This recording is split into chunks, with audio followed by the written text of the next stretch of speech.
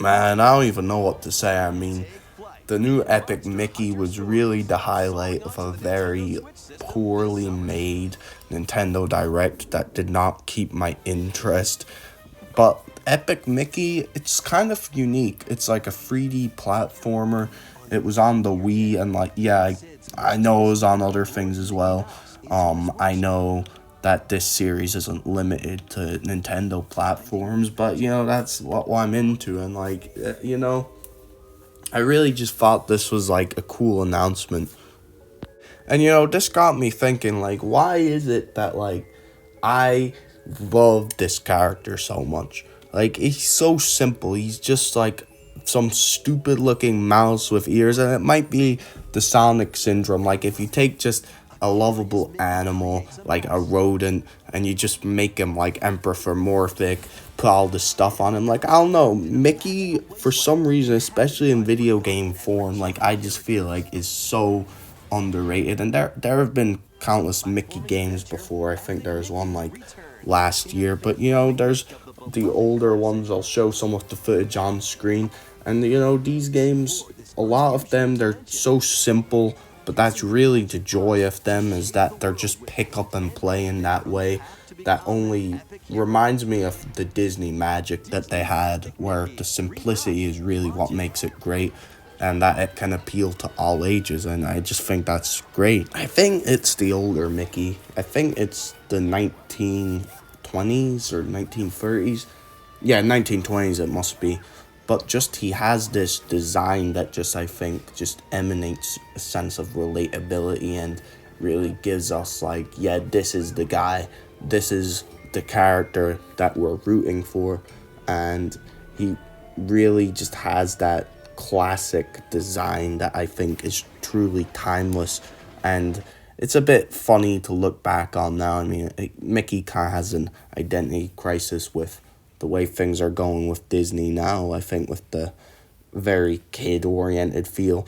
But I think that also can have its own charm, as I said before, the being for all ages. And there's like the other piece as well, which is that 3D platformers are quite awesome. I mean, we've only seen a handful of really big ones pop up, but it was sort of the in thing for a while, and it's something that I think a lot of us have nostalgia for, myself included, sort of going back to that sense of creativity and wonder, jumping around and entering into these fantastical worlds, which I think Mickey really embodies quite well. And there's also, I mean, why Mickey in video games? Why is it so special? And I think a part of that is that it's really the Disney magic and like the unique spin on what a 3D platformer can look like.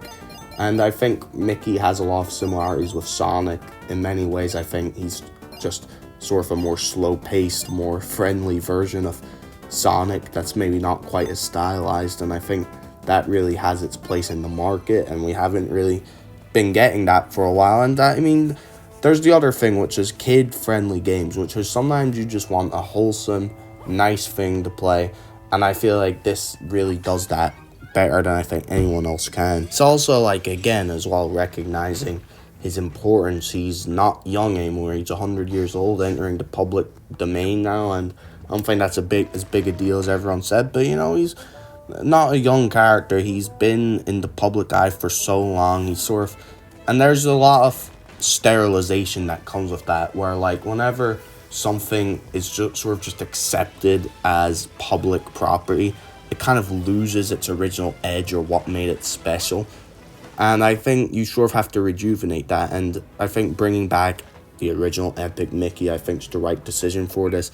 Recognizing things like Bendy and the Ink Machine and Cuphead, sort of showing that like we really have a fascination for this older animation style. It can be creepy, it can be charming, it can be wonderful, sort of the old-timey music and aesthetic. People can't get enough of this. And Disney with this, I mean, they're just sitting on so much with this. Disney as a company, like, I'm getting into dodgy territory here, they kind of have sucked recently. For like so long, they've just been devoid of personality and imagination. And like, Mickey was their genesis. Mickey was what started it for them. That's why he's important. I mean, we can look at it and we can be like, with the voice and sort of Mickey Mouse Clubhouse, kind of like that kind of corporate Disney, like, a lot of skepticism surrounding him. But I think at his core, the point is that he's a relatable character that is able to deliver to all ages and stars in video games, which I think are timeless.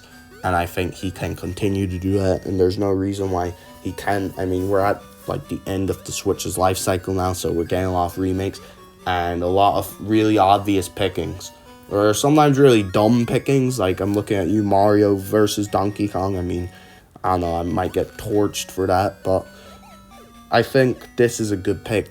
It's definitely, I think, a game which has graphically aged, and I think it's something that they could properly update on Switch. A lot of games, I think, struggle on Switch. And so, yeah, that's really it.